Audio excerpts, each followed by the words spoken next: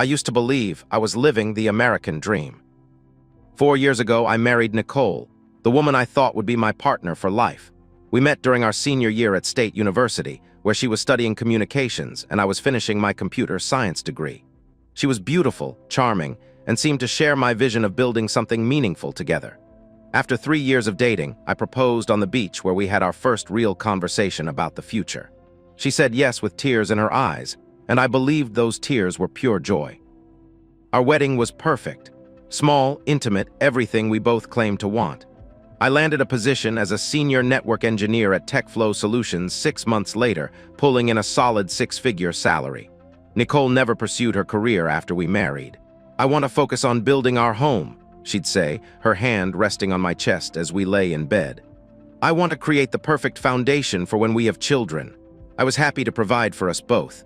I loved the idea of Nicole transforming our suburban house into a real home while I climbed the corporate ladder. We talked about kids constantly, how many we wanted, what we'd name them, which room would become the nursery. Soon, she'd always reply when I brought up actually trying, "When everything's perfect." Looking back now, I can see the signs I ignored with the dedication of a man in love. It started about 6 months ago. Nicole joined CrossFit Elite, this trendy gym across town that she'd never mentioned before. Suddenly, she was obsessed with fitness, spending 2 hours there every day. She bought new workout clothes, expensive, tight-fitting outfits that showed off curves she'd never seemed concerned with highlighting before. When I complimented her dedication, she'd just smile and say she wanted to look good for me. Then there was her phone. Nicole had always been casual about it, leaving it on counters, asking me to check her messages while she drove. But gradually, it was always face down, always in her purse, always requiring a password I didn't know. When I asked about the sudden privacy, she laughed it off. "Identity theft is everywhere, Jake," she replied dismissively. "I'm just being careful." The lingerie appeared next. Beautiful, expensive pieces I never saw her wear. When I asked about the black lace set I found in her drawer, she blushed and said she was building confidence and would surprise me soon. That surprise never came. Instead, our intimacy began dying a slow death. Headaches became frequent. She was always too tired, too stressed, too distracted. Our conversations grew hollow. I'd ask about her day, and she'd give vague responses about errands and workouts. She'd ask about mine with the mechanical interest of someone fulfilling an obligation. We were living parallel lives under the same roof, and I told myself it was just a rough patch. Marriage had those, right? Everyone said so. The truth shattered my world on a Tuesday evening in October. Nicole was in the shower when I walked past our bedroom and saw her laptop open on the bed. She must have forgotten to close it in her rush to wash off the gym. I wasn't snooping. I was just walking by when the message notification popped up on the screen. The preview was small, but large enough to destroy everything I thought I knew about my life. "Gary, can't wait to feel you again, baby. Thursday at the usual spot." Face blowing a kiss. My stomach dropped like an elevator with severed cables. The message preview showed a contact photo, a muscular guy with dark hair and an arrogant smile. I stood there for maybe 10 seconds, the shower still running, Nicole humming some song I didn't recognize. My hands moved without conscious thought. I pulled out my phone and screenshot the message, making sure to capture everything. The contact name, the photo, the timestamp showing 7:43 p.m. on a night when Nicole had supposedly been at book club. I closed the laptop and walked downstairs on legs that felt like they belonged to someone else. That night, lying next to my wife in our bed, I stared at the ceiling and realized I was sharing my life with a stranger. The woman breathing softly beside me, the woman I'd trusted completely, had been living a secret life. She'd been intimate with another man, planning meetings, calling him baby, using the pet name she used to reserve for me. I didn't sleep. I didn't confront her. Instead, something cold and calculating settled into my chest where love used to live. I was going to find out everything. Every lie, every betrayal, every detail of what she'd done to our marriage. And then I was going to make sure both Nicole and this Gary understood exactly what it cost to destroy a man's life. The perfect lie was over. Now it was time for perfect retribution. What? I became a different man overnight. Methodical, patient, invisible in my own home. 20 years of computer expertise gave me advantages Nicole never considered. While she slept, I installed network monitoring software that would make the NSA proud.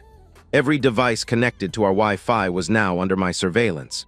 Her phone, laptop, tablet, I could see every website, every app, every message, every location. The digital footprint of her betrayal would be mine to examine. The first discovery came within hours. Nicole's phone showed regular location pings at the Sunset Motor Inn every Thursday afternoon, the same day she claimed to have yoga classes across town. Cross-referencing with her text messages revealed the ugly truth. She'd been meeting Gary at this seedy motel for 5 months, paying for rooms with the credit card I provided for her personal expenses. I was literally funding my own humiliation. Finding Gary Foster took 15 minutes of social media detective work. Personal trainer at CrossFit Elite, 28 years old, covered in tattoos and dripping with the kind of arrogance that attracts insecure married women. His Instagram was a monument to narcissism, shirtless gym selfies, motivational quotes about taking what you want, and dozens of comments from women whose marriages were apparently as meaningless as my own. The man my wife was risking everything for was a walking cliché. Reading their messages made me physically sick. 5 months of explicit conversations that revealed not just physical betrayal, but emotional cruelty that cut deeper than the affair itself. Nicole mocked me in these texts, calling me boring and too focused on work. She told Gary how much better he was than me, how alive he made her feel, how she was only staying married for financial security while she figured out her exit strategy. "My husband works constantly," she'd written to him. "He's like a roommate who pays all the bills. You make me feel like a woman again." Gary's responses were even worse. He bragged about seeing another man's wife in his own house and called me a clueless beta who deserved what was happening. They had inside jokes about my work schedule, my habits, my complete obliviousness to their affair. I was comic relief in their twisted love story. The house surveillance confirmed my worst fears.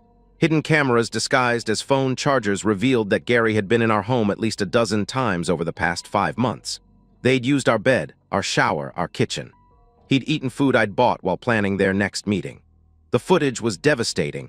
Watching your wife with another man in your own bedroom creates a rage that has no name. But I didn't break. I archived everything. Multiple cloud storage accounts, encrypted drives, printed copies in a safety deposit box. I documented their financial infidelity too, gifts Nicole bought Gary with our joint account, 2 occasions where she'd helped with his rent, expensive cologne and supplements she claimed were for a friend. Hundreds of dollars of my money spent on the man destroying my marriage. The divorce attorney I consulted was impressed by my thoroughness.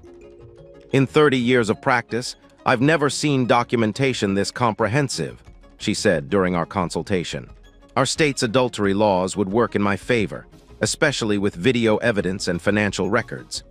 Nicole's lack of income and employment history, combined with proof of the affair, meant I could avoid alimony and keep the majority of our assets. For 3 weeks, I played the perfect husband. I kissed her goodbye every morning, knowing she'd be texting Gary before I reached the end of our street. I asked about her yoga classes while knowing she was planning her next betrayal. I even suggested we start trying for a baby, a comment that made her squirm with discomfort, since pregnancy would complicate her double life. "Let's think about it a little more," she replied nervously, unable to meet my eyes. All the while, I was planning something she'd never see coming. The legal divorce was just the beginning. Nicole and Gary had built their affair on the assumption that I was too weak, too trusting, too civilized to fight back. They were about to learn how wrong they were. The investigation phase was complete. Now came the reckoning. The plan that formed in my mind was elegant in its brutality. I would give them exactly what they thought they wanted, then watch their fantasy world collapse under the weight of reality. I spent days crafting the perfect approach.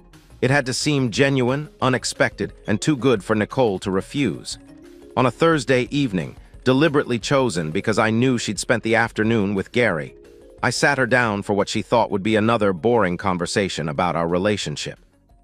"Nicole, I need to talk to you about something important," I began, watching her face carefully. She tensed, probably wondering if I discovered something. "I've been thinking about us, about how we've grown distant lately, and I want to try something different." Her relief was visible. "What do you mean?" she asked. Cautiously. I took a deep breath, as if gathering courage for a difficult confession. "I think we should consider opening our marriage." The shock on her face was perfect. Her mouth actually fell open. "What?" she gasped. "I've been doing research, reading about couples who have successfully navigated this," I explained carefully. The idea of exploring outside our marriage with complete honesty and communication might be exactly what we need to rediscover our connection. I watched her process this, seeing the wheels turn as she realized what this could mean for her situation with Gary. "Jake, are you serious?" she stammered. "This isn't some kind of test." I shook my head, leaning forward earnestly. "I've thought about this for weeks. We're both young, we married early, and maybe we need to explore who we are individually before we can be our best selves together. But I want complete transparency, no secrets, no hiding. If we're going to do this, we do it with honesty and respect for each other." Nicole's excitement was poorly concealed behind a mask of caution. I don't know what to say," she replied slowly. "This is so unexpected. The key would be communication," I continued, laying the trap. "We'd need to meet each other's partners, establish boundaries together, make sure everyone involved understands and consents to the arrangement. I think meeting and talking through everything like adults is the only way this could work." Over the next few days, Nicole transformed. The woman who'd been distant and distracted suddenly became affectionate, attentive, almost giddy. She touched me more, smiled more, even initiated intimacy for the first time in months. She was energized by the prospect of legitimizing her affair, of having her cake and eating it too. I suggested she invite her friend over for dinner so we could all discuss boundaries and expectations like mature adults. Nicole hesitated. This wasn't exactly how she'd envisioned her fantasy playing out, but eventually agreed. Through the network monitoring, I watched her text Gary that night. "Jake wants to meet you," she wrote to him. "He's serious about opening our marriage. Can you come to dinner Friday night?" Gary's initial response was skeptical, then excited, then arrogantly triumphant. "No way, your husband wants to watch me with you? This beta male wants to meet me. This is perfect, baby. I've always wanted that." The arrogance sealed his fate. While Nicole planned our dinner party, I was making preparations of my own. I contacted 3 friends, Dom, Eric, and Travis, men I'd known since college who'd watched me build my life with Nicole. When I showed them the evidence, their reaction was immediate and uniform, disgust at what Nicole had done and complete willingness to help me deliver consequences. Dom had been a linebacker in college and still carried himself like one. Eric worked construction and had the build to match. Travis was a Marine veteran who'd done 2 tours overseas. They understood betrayal, they understood loyalty, and they understood that some situations required direct action rather than legal proceedings. The legal groundwork was already complete. Divorce papers were filed but not yet served. Our bank accounts had been reorganized to protect assets I'd earned. My attorney was standing by. HR at my company was prepared for me to take emergency leave if necessary. Friday arrived with unseasonable warmth, as if the universe was cooperating with my plan. I rearranged the living room furniture slightly, ensuring clear sightlines and optimal positioning for the hidden cameras I'd installed. Everything was recorded now, insurance against any claims of assault or property damage. Nicole spent the day preparing, showering, choosing the perfect outfit for her big night. She was practically glowing with excitement about finally having her affair legitimized. She had no idea she was about to attend her own funeral. Friday evening arrived like a perfectly choreographed nightmare. Nicole had spent hours getting ready, choosing a dress that walked the line between elegant and provocative. She was nervous but excited, checking her appearance in the hallway mirror every few minutes. I sat in the living room wearing jeans and a casual button-down, nursing a beer and projecting an image of relaxed confidence I didn't feel. Inside, my heart was hammering with anticipation. The doorbell rang at 7:03 p.m. Nicole answered, and Gary Foster walked into my home with the swagger of a man who thought he'd already won. He was exactly what I'd expected, tall, muscular, wearing joggers, and a fitted shirt that showcased the physique my wife apparently preferred to mine. His handshake was firm, his smile condescending, his eyes holding the smug satisfaction of someone who believed he was about to humiliate me in my own living room. "Jake, right?" he said with false friendliness. "Nicole's told me a lot about you. All good things, I hope." I replied, gesturing for him to sit. "Beer." He accepted, settling onto my couch with the casual entitlement of someone who'd been in my house many times before. Nicole sat between us, her hands clasped nervously but her face bright with anticipation. This was her moment, the fantasy of having both men accept her arrangement, of never having to choose or face consequences. I began the conversation exactly as I'd rehearsed. "Gary, I appreciate you coming tonight," I said calmly. I know this situation is unconventional, but I believe mature adults can discuss anything if they approach it with honesty and respect. Gary leaned back, that familiar smirk playing across his face. Hey, I respect that you're open-minded enough to even consider this, he replied with barely concealed mockery. Most guys would lose their minds if they knew their wife had connections outside the marriage. The word connections dripped with calculated disrespect. Nicole shot him a warning look, but he was too confident to care. I think communication is key, I continued, my voice measured and calm. Full transparency about expectations, boundaries, what everyone wants from this arrangement. Gary's confidence grew with every word. It's refreshing to meet a husband who isn't threatened by his wife's needs, he said, each word designed to undermine me while appearing respectful. Your generation is really becoming more progressive about these things. Nicole visibly relaxed as the conversation seemed to progress smoothly. She actually smiled at me, reaching over to squeeze my hand in a gesture of gratitude. This was going better than she dared hope. Then I leaned forward, set down my beer, and let the mask drop completely. Actually, Gary, there's something I need to clarify here, I said, my tone shifting to ice cold. I lied. There is no open marriage. What there is, however, is 5 months of video footage of you with my wife in my bed, explicit text messages between you two mocking me, and financial records showing Nicole spending my money on your rent and gifts. The transformation was instantaneous. Gary's smirk vanished. Nicole's face went white, her hand jerking away from mine as if I'd burst into flames. The temperature in the room seemed to drop 20 degrees. You thought I was some pathetic beta male, I continued, my voice growing harder. Some beta you could humiliate while I paid for the privilege. You've been calling me that in your texts for months, haven't you, Gary? He started to stand, his posture shifting from arrogant to defensive. Look, man, I don't want any trouble, he began desperately. Too late for that, I answered coldly. As if summoned by my words, the front door opened and Dom, Eric, and Travis walked in. They weren't trying to hide their intentions. Gary's eyes darted between them, finally understanding that this wasn't a civilized conversation anymore. He tried to back toward the patio door, but Eric stepped sideways, cutting off his escape route. Nicole screamed, jumping to her feet. Jake, what are you doing? She shrieked. This is insane. Sit down and stay quiet, Travis said firmly, gently but forcibly guiding her back to the couch. This doesn't concern you right now. What happened next was swift and brutal. Gary tried to fight. I'll give him that. He swung at Dom first, landing a glancing blow on his shoulder. But he was outnumbered and outmatched by men who had real-world experience with violence, not just gym posturing. Dom's return punch was precise and devastating, a right hook that sent Gary to one knee. Eric followed with body shots while Travis controlled his arms. I watched from across the room, arms crossed, monitoring to ensure it stayed focused but effective. This wasn't about killing him, it was about education.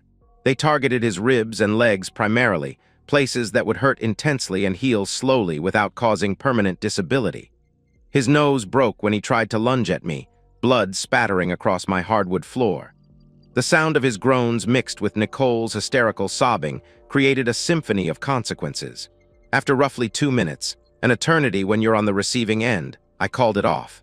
Gary was curled on my floor, bleeding, whimpering, completely stripped of the arrogance he'd worn like cologne. I crouched beside him, speaking quietly so only he could hear. You ever come near my wife again, ever contact her, ever even think about her, and what just happened will look like a gentle massage, I whispered. You're going to leave this town, and you're going to remember that some men don't play games when it comes to their families. Eric and Travis dragged him to the front door and literally threw him onto my lawn. Gary crawled to his car and drove off, probably to an emergency room, definitely out of our lives forever. Now it was just Nicole and me. She was sobbing, makeup ruined, demanding to know how I could do such a thing, how I could hurt so. Mion she loved. The word loved hit me like a slap, but I didn't react. Instead, I pulled out my phone and showed her the video folder, footage of her and Gary in our bedroom, screenshots of their texts, bank statements highlighting her financial betrayal. You did this, I said quietly. Every choice that led to this moment was yours. You brought him into my home. You spent my money on him. You disrespected everything we built together, and you thought I'd just take it. Her attempts at apologies, explanations, and pleas fell on deaf ears. I handed her the divorce papers I'd been carrying in my jacket pocket. "You have 48 hours to get out of this house," I informed her coldly. "The divorce is already filed. You'll get nothing. I have enough evidence to bury you in court. Your family, our friends, everyone is going to know exactly what you did and what it cost you." I walked upstairs and locked myself in the guest room, leaving her sobbing in the living room where her fantasy had died a violent death. Through the walls, I could hear her making phone calls, probably to her mother, probably trying to spin this as domestic violence rather than consequences for adultery. It didn't matter. The evidence spoke for itself, and the truth was about to become very public. The next morning I woke to silence. Nicole was gone. She'd taken some clothes, her toiletries, and the jewelry her parents had given her, but left everything else. The house felt different, lighter somehow, as if a toxic presence had been extracted. I made coffee in the kitchen where she'd once planned meals with Gary and felt nothing but relief. First phone call came at 8:47 a.m. Nicole's mother, Sandra, screaming into my voicemail about what a monster I was, threatening to call the police, demanding I take Nicole back and work this out like adults. I called her back and calmly explained that I had video evidence of Nicole's affair, financial records of her spending our money on her lover, and documentation of 5 months of systematic betrayal. The screaming stopped abruptly, replaced by stunned silence, then a dial tone. The divorce proceedings moved faster than most because my documentation was ironclad. Nicole's attorney, a sharp woman named Rebecca Martinez, tried every angle she could find. She argued for alimony based on Nicole's lack of work history, claiming her client had sacrificed career opportunities for the marriage. She requested half the house value, citing Nicole's contributions as a homemaker. She even attempted to paint me as financially controlling for monitoring our accounts. My attorney demolished each argument methodically. The videos and text messages proved not only adultery but financial infidelity, Nicole using marital funds for an affair. The timestamps showed she'd been deceiving me while I worked to provide for our future. The judge, a no-nonsense woman in her 60s, was visibly disgusted by the evidence. "Mrs. Thompson," she said sternly during the final hearing, "you were unfaithful to your marriage, dishonest about your activities, and misappropriated marital funds for an extramarital affair. This court sees no justification for awarding you alimony or significant asset division." Nicole left our 4-year marriage with her personal belongings, a used Honda Civic that had been in her name, and approximately $3,000 from her personal checking account. No alimony, no house, no ongoing financial support. She was 29 years old with no work history, no savings, and no safety net except her parents. Through mutual friends, I learned about her new reality with a satisfaction that probably made me a terrible person, but I couldn't bring myself to care. Nicole moved into a studio apartment in the worst part of town, the kind of place she'd once wrinkled her nose at when we drove past. The monthly rent was more than she'd ever paid for anything in her adult life, funded by her parents' reluctant support and a job as a cashier at Target. The work was apparently humiliating for someone who'd spent 4 years as a kept woman. Standing for 8-hour shifts, dealing with demanding customers, earning $9 an hour while living paycheck to paycheck. Her social media went dark after former friends began commenting on her posts with pointed questions about her sudden life changes. Gary's fate was even grimmer. The beating left him with 2 cracked ribs, a broken nose requiring surgery, and ligament damage in his right knee that ended his personal training career. More devastating was the complete destruction of his reputation in our relatively small fitness community. Word spread quickly about the married client incident. Gyms started refusing to hire him, and his existing clients dropped him en masse.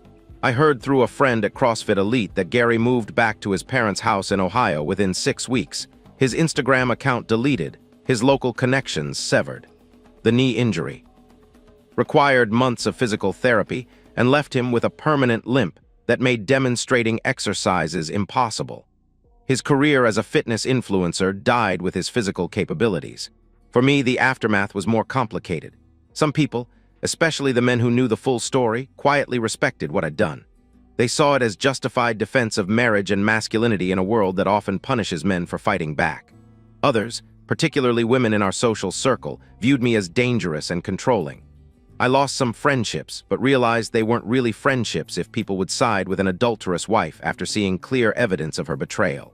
My family supported me completely. My mother, initially horrified by the violence, changed her tune after I showed her the videos and financial records. "You did what you had to do," she said after reviewing the evidence. My father told me he was proud of me for standing up for myself, though he warned me to be careful going forward. "You did what needed doing," he said seriously, "but make sure this doesn't follow you." Legally, I was in the clear. Gary never pressed charges. Doing so would require testifying about the affair and subjecting himself to cross-examination about his role in destroying my marriage. His injuries, while real, weren't severe enough to guarantee prosecution for assault, especially given the provocation and adultery context. Financially, I was better off than I'd been in years. Without Nicole's spending and with no alimony obligation, I had substantial disposable income for the first time since our wedding. I increased my retirement contributions, started a vacation fund, and began investing more aggressively. But the emotional cost was real. I struggled to trust anyone romantically, viewing every woman through the lens of potential betrayal. I had nightmares about finding Nicole with Gary, waking up angry and alone in the bed we'd once shared. I started therapy, not because I felt guilty about my actions, but because I needed to process the betrayal without letting it consume my future.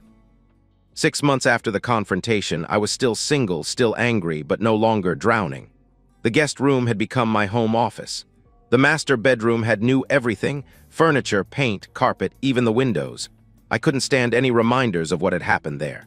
I wasn't happy yet, but I was free, and sometimes freedom was enough. 11 months later, I sit in my living room on a quiet Sunday evening, nursing a glass of whiskey and watching snow fall outside windows that Nicole will never see again.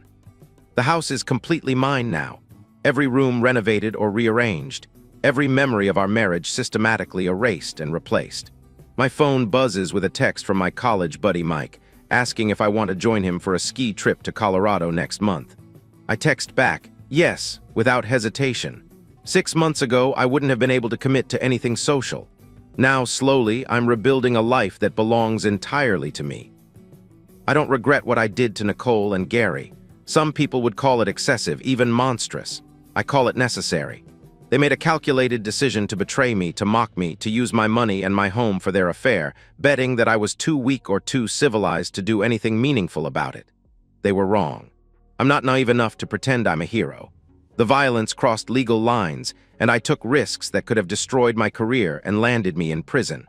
But I also know that the alternative, a traditional divorce where Nicole got rewarded for adultery with alimony and asset division, would have been a different kind of injustice. Sometimes the only way to teach people about consequences is to deliver them personally. The legal system would have given Nicole a settlement and Gary would have walked away unscathed, probably already targeting his next married client. Instead, she works retail and lives in poverty she created through her own choices. He left town with injuries that will remind him forever what happens when you disrespect another man's marriage. And me? I'm free. Truly, completely free. I won't pretend dating is easy now. I'm cautious, maybe too cautious, analyzing every woman's words and actions for signs of deception. I may never remarry.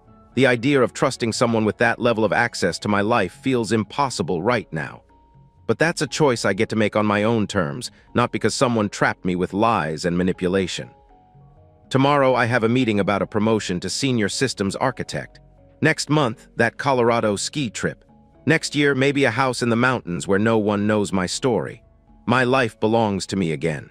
I don't believe in karma or cosmic justice. I believe in action. When it mattered most, I took action instead of accepting betrayal. I chose consequences over victimhood, justice over forgiveness. I finish my whiskey, turn off the lights, and head upstairs to a bedroom that has never known another man's presence. In the morning, I'll wake up in a life that's entirely my own, built on the ashes of a marriage that was never real in the first place. That has to be enough, and for now it is. And so, we've reached the end of today's story. Was it what you expected, or did it take a twist you didn't see coming? I'm curious to hear your thoughts. Share them in the comments below, and let's get a conversation going. If this story kept you hooked, make sure to hit that like button. And if you're new here or just haven't subscribed yet, now's the perfect time to join our community. I bring you fresh, captivating stories every day, so click that subscribe button and turn on notifications so you never miss out. Thanks for watching, and I'll see you in the next one. My name is Derek Haynes. I'm 37 years old, a senior financial analyst at Westbridge Financial Group, and until 3 months ago, I believed I had a good marriage. I earn $89,000 a year analyzing investment portfolios and market trends. Numbers don't lie. That's what I've always loved about my job. Data tells you the truth, whether you want to hear it or not. People, on the other hand, can be remarkably deceptive. I met Allison Porter 5 years ago at our mutual friend Sarah's birthday party. I was the college roommate who showed up late with a bottle of wine, and Allison was Sarah's coworker's plus one, stunning, confident, laughing at something someone had said across the room. She had this way of tilting her head when she listened, like she was genuinely interested in every word. That night, we talked until the party ended and most people had gone home. The chemistry was immediate and undeniable. She was 30 then, working as a marketing assistant at a boutique advertising firm. I was climbing the corporate ladder, focused but lonely. We balanced each other perfectly, her spontaneity against my careful planning, her creativity against my analytical mind. After a year of dating, I knew she was the one. We married at a beautiful vineyard ceremony 2 hours outside the city. Her parents, Richard and Joan Porter, were gracious hosts who seemed genuinely happy to welcome me into their family. The wedding photos still sit on our mantle, Allison in her flowing white dress, me in my navy suit, both of us grinning like we'd won the lottery. Those early years were genuinely good.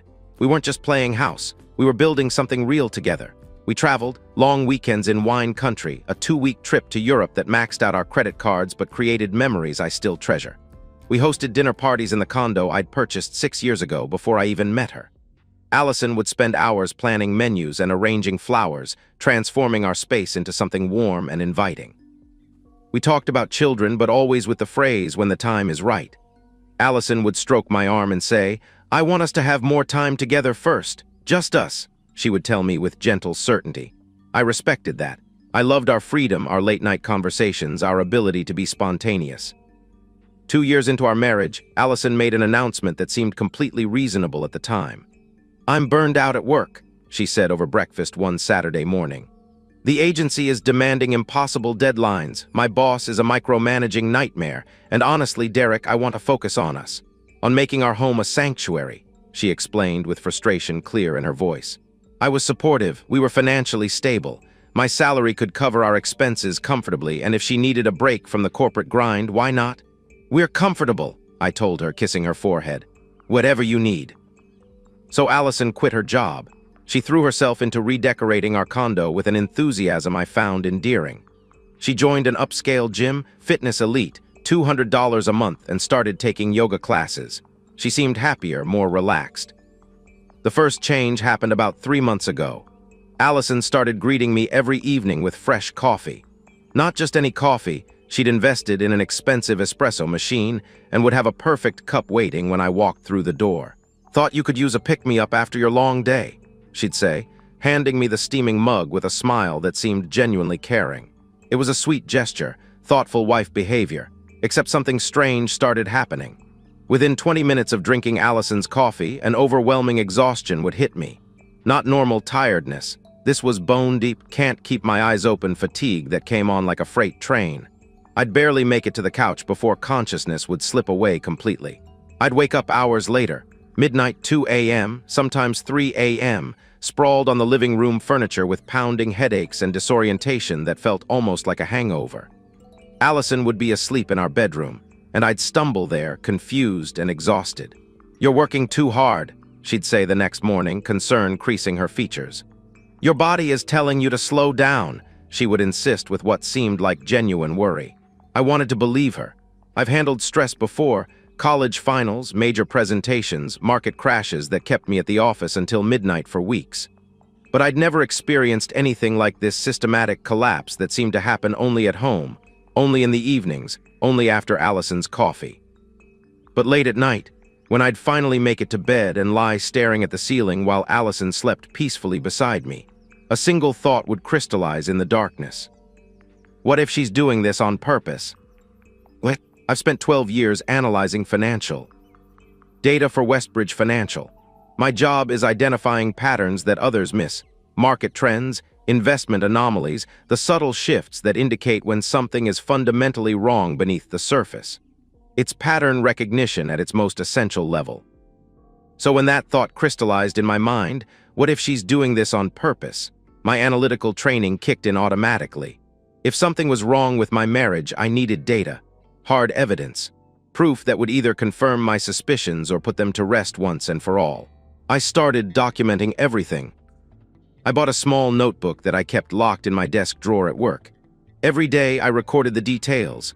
What time I got home, whether Allison offered me coffee, what time I drank it when the exhaustion hit, when I woke up, how I felt the next morning. The pattern that emerged was disturbingly consistent. Coffee offered every single evening. Time consumed always between 8:15 and 8:45 p.m. Unconsciousness onset within 15 to 20 minutes. Wake-up time between midnight and 3 a.m. Physical symptoms, headache, disorientation, cotton mouth. Frequency, 100% correlation. But here's what made the pattern truly damning. The exhaustion only occurred on nights when I drank Allison's coffee. On the rare occasions when I made my own coffee or grabbed a cup at work, nothing happened. When we went out to dinner and I had coffee at restaurants, I remained alert all evening. I started noticing other changes in her behavior. Allison seemed happier lately. She had a glow about her that I initially attributed to her newfound freedom from corporate stress. She'd lost weight, maybe 15 pounds, and was dressing nicer, even when she had no plans to leave the house. She spent more time on her appearance, investing in expensive skincare products and a new wardrobe. When I asked about her day, her answers had become increasingly vague. "Just errands, hit the gym, the usual," she would reply dismissively, but she never offered specifics anymore. Her phone behavior had changed too. It used to sit casually on the counter, sometimes lighting up with text notifications that neither of us thought twice about. Now it was always face down. She'd password-protected everything. When calls came in, she'd step into another room to answer them, speaking in hushed tones. One day, I mentioned casually that I might work from home the following Friday. Allison's reaction was immediate and telling. "No," she exclaimed sharply. The word came out harsher than she'd intended. She caught herself, forcing a smile. "I mean, I have plans, the place will be messy, maybe next week," she backtracked quickly. The panic in her voice was barely concealed. In 5 years together, Allison had never cared about the state of our condo. But the moment that confirmed my worst suspicions happened on a Thursday evening. I'd drunk her coffee and was pretending to be more affected than I actually was, letting my breathing slow and my head drop forward. Through slitted eyes, I watched Allison approach the couch where I sat. She checked my pulse at my wrist, the touch clinical and detached. Then she waved her hand directly in front of my face, watching for any reaction. When I didn't respond, she smiled, not the loving smile of a concerned wife, but something predatory and satisfied. She pulled out her phone and typed a text message. I couldn't see the screen, but I could see her expression as she typed. It was the look of someone who had just confirmed that a plan was proceeding perfectly. I also started noticing financial anomalies. The gym membership was expensive, $200 a month for Fitness Elite. But when I reviewed our credit card statements, I noticed regular charges at the gym's cafe, always mid-morning, always for 2 specialty coffee drinks. Allison didn't drink coffee during the day. Who was she buying that second coffee for? I considered confronting her directly, but my instincts told me I needed more than suspicions and partial evidence. I called Nathan Cross, an old college friend who'd become a successful divorce attorney. "Hypothetically," I said carefully during our lunch meeting, "what would someone need to prove adultery in divorce proceedings?" Nathan studied my face carefully. "This isn't hypothetical, is it?" he asked with concern. I didn't answer directly. "What would they need?" I pressed. "Documentation. Photos, videos, financial records, witness testimony. Something that proves the affair beyond any reasonable doubt," he explained seriously. He leaned forward. "Derek, if you're going through this, you need to be smart about it. Document everything, but don't do anything stupid," he warned firmly. The final piece of the puzzle clicked when I glimpsed her phone screen as she set it on the counter. A text preview showed just enough to confirm what I'd been dreading. "Kyle flexed biceps. Can't wait for tonight, he out yet." Standing in the electronics S. Toward the next day, holding a package of wireless security cameras, the cashier asked, "Home security." "Something like that," I replied. But in my mind, I was thinking, I'm about to find out what my wife really does when I'm unconscious. What? Saturday morning arrived gray and overcast, matching my mood perfectly. Allison announced over breakfast that she was going shopping and would be gone for several hours. "I need to hit 3 different stores," she said, checking her phone. That new boutique downtown, then the home goods place for throw pillows, and I want to stop by the farmer's market before it closes.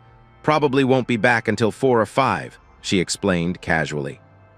I nodded, making appropriate husband noises about her having fun and not spending too much. Inside, I felt nothing but cold determination. She was giving me exactly the window I needed. The moment her car pulled out of our parking garage, I retrieved the package of wireless security cameras from my office closet. 4 cameras total, small, motion-activated, streaming to a cloud account that only I could access. I'd done my research. These particular models were designed to be virtually invisible unless someone was specifically looking for them. I installed the first camera in the living room, positioned behind a decorative plant where it had a clear view of the couch and front door. The second went in the kitchen, tucked between cookbooks on a shelf that overlooked both the coffee station and the breakfast bar. The third camera I mounted in the hallway, disguised as part of a picture frame arrangement that would capture anyone moving between the living areas and the bedroom. The fourth camera was the most important. I installed it in our bedroom, hidden inside a charging dock on the dresser that had a direct line of sight to the bed. I tested each camera meticulously, checking angles, adjusting positions, ensuring the Wi-Fi connections were stable. The feeds came through crystal clear on my phone. Every inch of our condo's main living areas was now under surveillance. By the time Allison returned at 5:30, I was sitting on the couch reading financial reports as if I'd been there all afternoon. She kissed my cheek, chatted about her successful shopping expedition, and began preparing dinner. Everything seemed perfectly normal. That evening, Allison appeared beside the couch at exactly 8:30 with a steaming cup of coffee. Her smile was bright and loving. "Long day?" she asked sweetly, settling beside me as I took the mug. "The usual," I replied casually, drinking deeply. The coffee was perfectly prepared, rich, smooth, with just the right amount of cream. It would have been a lovely gesture from a wife who actually cared about my well-being. I sat back, turning on the television, letting myself sink into the couch cushions. Within 20 minutes, the familiar heavy-limbed exhaustion began to overtake me. My vision blurred at the edges. My hands felt disconnected from my arms. My head grew impossibly heavy. I passed out completely. I woke at 2:30 a.m., sprawled across the couch with a pounding headache and the taste of cotton in my mouth. Allison was asleep in our bedroom, breathing deeply and peacefully. With shaking hands, though whether from residual drug effects or anticipation, I couldn't tell, I pulled out my phone and opened the security app. The footage was waiting for me. 8:47 p.m., Derek drinks coffee, settles on couch with TV remote. 8:52 p.m., Derek's movements become sluggish, head nodding. 9:03 p.m., Derek's head drops forward. No movement for 30 seconds. He's unconscious. I fast-forwarded slightly. 9:15 p.m., Allison approaches the couch. She reaches for Derek's wrist, checking his pulse with practiced efficiency. She waves her hand directly in front of his face, watching for any reaction. When there is none, she smiles, a satisfied, predatory expression I've never seen before. 9:20 p.m., Allison pulls out her phone and sends a text message. She types quickly, then sits back to wait. 9:35 p.m., the front door opens. A man walks in without knocking, clearly expected. He's tall, muscular, mid-30s with dark hair and the confident stride of someone who belongs in gyms and fitness magazines. I recognize him immediately. Kyle Brennan, Allison's personal trainer from Fitness Elite. 9:37 p.m., Kyle and Allison embrace in our living room, their kiss passionate and familiar. This isn't a new relationship. They move together with the comfort of established lovers. Kyle glances down at my unconscious form and says something that makes Allison laugh. Even without audio, I can see the contempt in his expression, the way he looks at me like I'm pathetic debris in their path. 9:42 p.m. They walk toward our bedroom, Kyle's hand on Allison's lower back in a gesture of casual ownership. 9:45 p.m., the bedroom door closes. I fast-forward through the next 2 hours, my hands trembling with a rage so pure it feels like ice in my veins. At 11:05. 2 p.m., Kyle emerges from the bedroom, pulling on his clothes. Allison follows, wearing a silk robe I bought her for our anniversary. They kiss again at the front door, his hands tangling in her hair. 11:56 p.m., Kyle leaves. Allison watches him go, then locks the door behind him. 11:58 p.m., Allison climbs into our bed and goes to sleep, as peaceful as if she'd spent the evening reading. I watched the entire sequence 3 times. Each viewing intensifies my fury, but also my resolve. My wife had drugged me unconscious.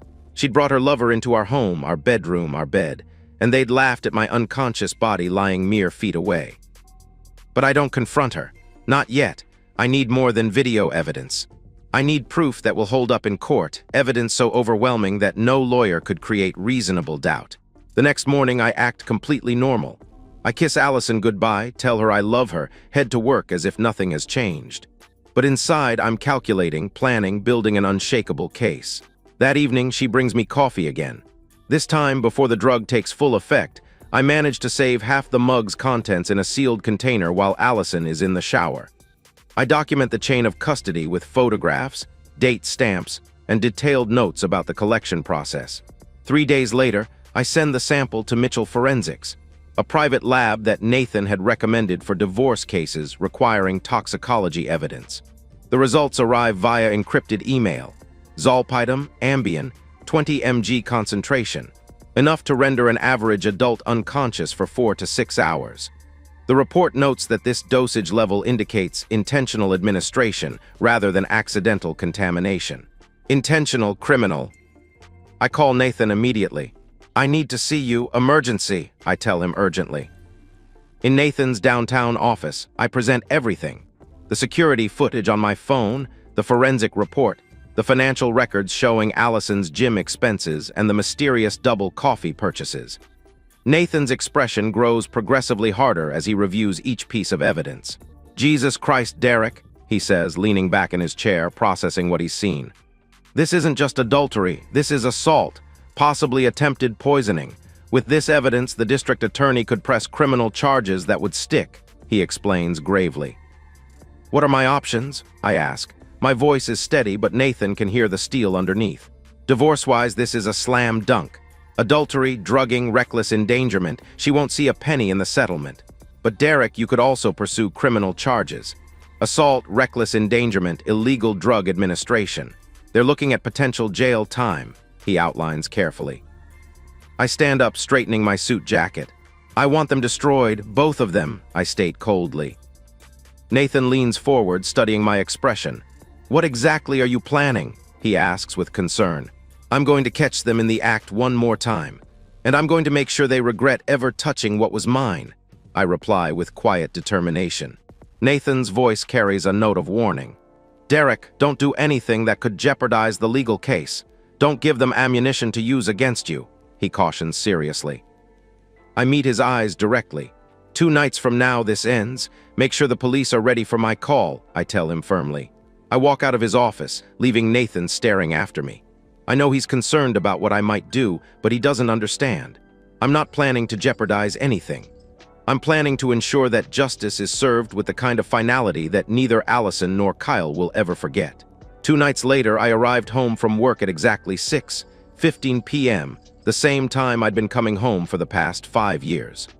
My hands were steady as I turned the key in the lock, but underneath my calm exterior, every nerve was alive with anticipation. Allison greeted me at the door with her practiced smile, wearing a black dress I'd never seen before that hugged her newly toned figure. She'd spent extra time on her hair and makeup today, I noticed. She was preparing for her performance. Rough day? She asked sweetly, taking my briefcase and setting it by the door. The usual quarterly reports, I replied evenly, loosening my tie. Nothing I couldn't handle. She disappeared into the kitchen, and I could hear the familiar sounds of the espresso machine grinding and brewing. 5 minutes later, she appeared beside the couch with a steaming mug, her smile warm and concerned. Thought you could use a pick-me-up after your long day, she said lovingly. I took the mug with both hands, letting my fingers brush against hers in the gesture of a loving husband. The coffee was perfectly prepared, as always. Steam rose from the surface, carrying the rich aroma that had once been comforting and was now associated with violation and betrayal. I walked to the couch, TT led into my usual spot and turned on the television. When Allison turned away to tidy the kitchen, I poured every drop of the drugged coffee into the large potted fern beside the couch. The plant had been absorbing Allison's poison for days now. Its leaves were starting to yellow, but it would survive long enough to serve as evidence. I sat back, letting my breathing slow gradually, allowing my head to drop forward in stages. Weeks of watching my own unconsciousness on security footage had taught me exactly how the drug was supposed to affect me. Within 15 minutes, I heard Allison's footsteps approaching. I kept my breathing deep and regular as she reached for my wrist, checking my pulse with the clinical efficiency she'd developed over months of practice. She waved her hand in front of my face, waiting for any sign of consciousness. When I didn't react, she whispered a single word that chilled my blood: "Perfect." The satisfaction in her voice was unmistakable. This wasn't just about the affair. She enjoyed drugging me. She took pleasure in my unconsciousness, in the power it gave her over my life. She pulled out her phone and typed a message. I could hear her moving around the living room, probably tidying up, preparing our home for her lover's arrival. 10 minutes later, the front door opened. Kyle Brennan walked in without knocking, as comfortable in my home as if he lived there. "He out?" Kyle asked casually, his voice carrying the tone of someone discussing the weather. "Like a light," Allison responded confidently. "I used a little extra tonight. He won't wake up until 3 or 4, she added with satisfaction. Kyle laughed, a sound filled with contempt and amusement. "Man, you weren't kidding about this guy being pathetic. Look at him just sitting there," he said mockingly. "Tell me about it. Sometimes I wonder what I ever saw in him. He's so predictable, so boring," she replied with cruel dismissal. They were discussing me like I was a piece of furniture. The disrespect, the casual cruelty, the complete absence of any recognition that I was a human being who had loved and trusted them both. It crystallized every ounce of rage I'd been building for weeks into something cold and focused. "Come on," Allison said seductively, her voice dropping to the sultry tone she used to use with me. "We've got time." They kissed 5 feet from where I sat unconscious, their hands roaming each other's bodies with the familiarity of established lovers. Kyle's hands were in her hair, on her waist, places that had once been mine alone to touch. They headed toward the bedroom, Allison's laughter echoing down the hallway. Kyle said something else that I couldn't make out, but their combined laughter felt like acid on every nerve ending. I counted to 30, then stood. My movements were silent and deliberate. I walked through our kitchen to the door leading to the attached garage. My hands didn't shake as I retrieved the Louisville Slugger baseball bat I'd bought 3 years ago after a rash of break-ins in our neighborhood. 34 inches of solid ash wood. I'd told myself it was for home security. Tonight, it would serve exactly that purpose. I walked back through the house, past the living room where I'd been drugged, down the hallway where family photos showed happier times that I now knew were illusions. The bedroom door was open about 6 inches. I could hear them inside. Allison's voice, Kyle's deeper tones, the sounds of betrayal happening in my bed, in my home, in the life I'd built. I pushed the door wide open. They were on the bed, Kyle on top of Allison, both naked, both completely absorbed in their betrayal. The sheets were the ones I'd bought for our anniversary. The pillows were where I laid my head every night. They froze when they saw me standing in the doorway. Neither of them screamed immediately. There was a moment of pure, crystalline silence where the reality of their situation hit them like ice water. Kyle's eyes went wide. Allison's mouth opened, but no sound came out. I didn't say a word. There was nothing to discuss. I swung the bat. Crack. The sound of ash wood connecting with Kyle's ribs was sharp and final. The impact reverberated up through the bat into my hands, a sensation I felt in my bones. Kyle screamed, a high-pitched sound of shock and agony, and rolled off Allison, hitting the floor beside the bed. "Derek, stop!" Allison screamed in pure panic, but I was beyond hearing her. I swung again, this time hitting Kyle's left leg just above the knee. The crack of breaking bone was audible throughout the room. His femur snapped with a sound like a tree branch breaking in a storm. Kyle was sobbing now, trying to crawl away from me, one leg dragging uselessly behind him. Blood was coming from his mouth where broken ribs had likely punctured something internal. "Please, stop, please, I'm sorry," he begged desperately. Sorry, as if apologies could undo months of betrayal, of drugging, laughing at my unconscious body, while they violated my home and my marriage. I grabbed Kyle by the arm and dragged him, naked, broken, bleeding, down the hallway toward the front door. His screams echoed off the walls, probably audible to our neighbors, but I didn't care. Let them hear. Let them know what happens to men who think they can destroy other men's lives without consequences. Kyle left a trail of blood on our hardwood floors as I dragged him. When we reached the door, I opened it wide, revealing the well-lit hallway of our upscale condominium complex. "If you're not gone in 60 seconds, I said quietly, "I'll kill you." I meant it. Kyle could hear that I meant it. He crawled out into the hallway, naked and broken, sobbing and bleeding, trying to pull himself toward the elevator with one functioning leg. I watched him for a moment, then slammed the door and locked it. When I turned around, Allison was standing at the end of the hallway, clutching a bedsheet around herself, tears streaming down her face. "Derek, please," she whispered desperately. "I'm sorry, it was a mistake. I made a terrible mistake. Please don't," she begged. I walked toward her. She backed away, but there was nowhere to go. "Derek, I love you. I've always loved you. This thing with Kyle, it didn't mean anything. It was just... I was confused. I was lonely," she pleaded frantically. I grabbed her by the hair and dragged her toward the door. Her feet scrambled for purchase on the floor, the sheet falling away, her screams filling our home. "Derek, no, you can't do this. I live here. This is my home too," she screamed in protest. I opened the front door and shoved her out into the hallway where Kyle's blood was still wet on the carpet. I threw her clothes after her, the black dress, her underwear, her shoes, everything landing in a pile beside her naked, sobbing form. "Don't come back," I said firmly. I slammed the door and engaged every lock, deadbolt, chain, door alarm. The silence that followed was the most peaceful sound I'd heard in months. Allison pounded on the door, screaming, begging, threatening to call the police. I sat on the couch, the same couch where she'd drugged me dozens of times, and called Nathan. "It's done," I said when he answered. "I have everything on camera. I'm pressing charges." Nathan's voice was tight with concern. "Derek, what did you do?" he asked anxiously. "I defended my home against trespassers. Everything is documented. Call the police. Tell them I have video evidence of assault, drug administration, and criminal trespass. Tell them the perpetrators are likely in need of medical attention," I explained calmly. I ended the call and immediately uploaded the evening's security footage to the cloud servers Nathan had arranged. Every moment was captured in high definition. Allison checking my pulse, Kyle entering without permission, their casual discussion of drugging me, and my entirely justified response to finding criminals in my home. The police arrived 20 minutes later.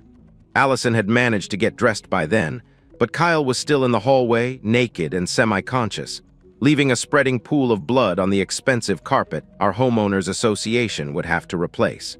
Officer Maria Santos took my statement while paramedics worked on Kyle. I showed her the security footage on my phone, the forensic report proving I'd been systematically drugged, and the financial records documenting months of deception. "Mr. Haynes," she said after reviewing everything, "you understand you could be charged with assault?" she asked seriously. "Officer Santos," I replied calmly, "I found 2 criminals in my home after being drugged unconscious. One of them was trespassing, the other was systematically poisoning me. I defended myself and my property. Everything is documented," I explained matter-of-factly. She nodded slowly. "We'll need you to come to the station for a full statement," she informed me.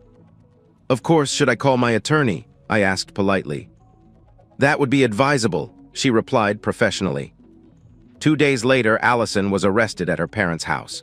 The charges were extensive: assault with intent to harm, reckless endangerment, illegal drug administration, and conspiracy to commit assault. The evidence was overwhelming, the forensic reports conclusive, the video footage undeniable.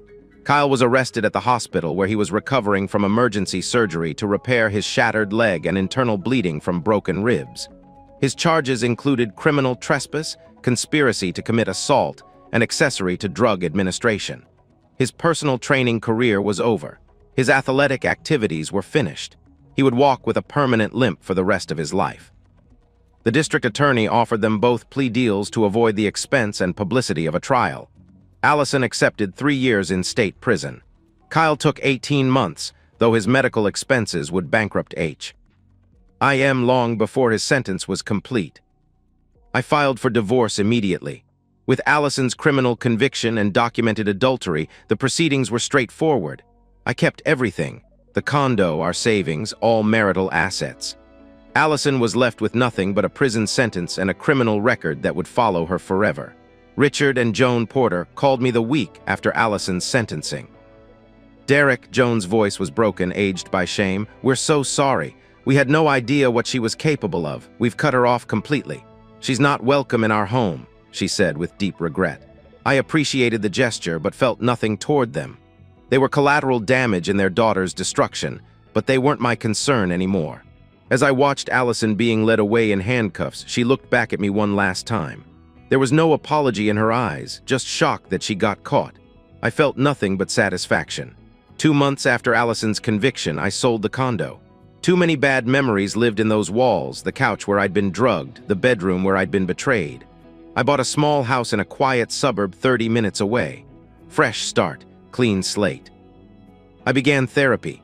Dr. Alexander Hall helped me process the trauma, not just the betrayal, but the violence of my response. I didn't regret what I did, but I acknowledged it changed me. I was harder now, more guarded, less willing to trust. I reconnected with old friends I'd neglected during my marriage. They were supportive, if somewhat shocked by the story. Most said I did what I had to do. A few suggested I went too far. I didn't care about their opinions. I started dating again, carefully, slowly. I was upfront about my past. Some women were scared off. Others found my honesty refreshing. I took my time. There was no rush. Financially, I was thriving. The divorce settlement left me with everything. I invested wisely, continued working at Westbridge Financial. My boss knew the full story and had been supportive. I occasionally checked in on Allison and Kyle through public records. Allison was serving her sentence at a women's correctional facility. No early release likely. Kyle tried suing me for the injuries, but dropped the case when my attorney reminded him that he was trespassing and committing a crime at the time. Kyle now worked at a supplement store, his training career destroyed by both his injuries and his criminal record. I felt no guilt, no remorse. They drugged me, violated my home, laughed at my unconscious body. They earned every consequence they received. In my final reflection, I address you directly. I'm 39, divorced, and free. Some people say I went too far, that I should have just called the police. But those people weren't drugged. They weren't betrayed in their own bed. They don't get to judge. My advice is simple. If someone betrays you, document everything. Protect yourself legally, and make sure they face consequences. Justice isn't always gentle. Sometimes it's delivered with a steel baseball bat, but it's necessary. I'm at peace now, building a new life on my own terms. The foundation is solid this time because it's built on truth, not lies. Trust is the foundation of marriage, but when that trust is poisoned, sometimes you need to burn everything down and start over. I did, and I've never looked back.